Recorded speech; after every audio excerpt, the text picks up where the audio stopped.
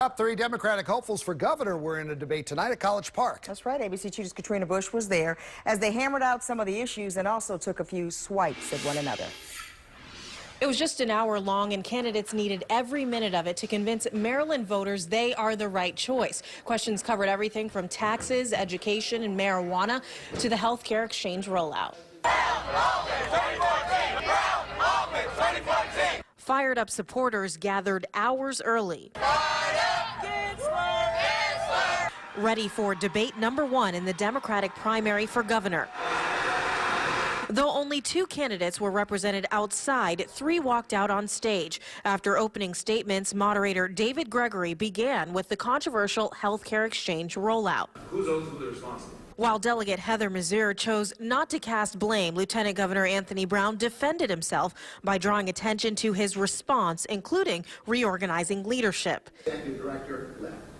We refocused the vendors, fired those who didn't perform as promised, including IBM, and after evaluating the resources and capabilities at the exchange, we plussed up the call centers and the navigators. In fact, each candidate was on the defensive at some point in the debate. Mazur on her level of experience and Attorney General Doug Gansler on his character and judgment, especially regarding a chance critics say he had to respond to underage drinking, both as Attorney General and a parent. Could I have done something different there that night? Absolutely. As the debate came to a close, candidates were asked about their legacies, their next big ideas. What would be their focus if elected? I think the next thing we need to do is bring jobs back to Maryland. I have a plan to make sure that we don't just have a minimum wage in this state, we have a living wage. Because no one should be working 40 hours a week and still be living in poverty. I believe that the greatest challenge that we face as a state and as a nation is to address the persistent, debilitating gaps, disparities, and inequities that exist in our economy, in our society, in our community, and yes, in our classroom. Now, as things wrap up here, candidates now prepare for the next debate. Things certainly getting down to the wire for each of them, as there are just a little more than 6 weeks left until the June 24th primary election.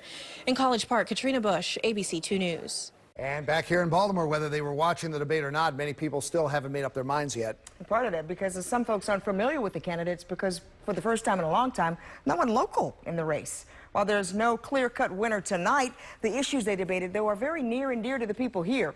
The primary is about a month away, and some undecided voters are still looking for some answers. Well, one of the main issues is the health care.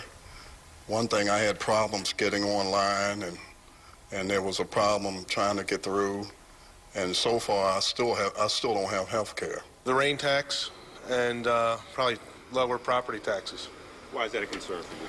I just think it would help the economy. You know, I think less taxation will help, more money to spend. At least one more debate is scheduled, and that will be held here in the Baltimore area. Primary election, June 24th.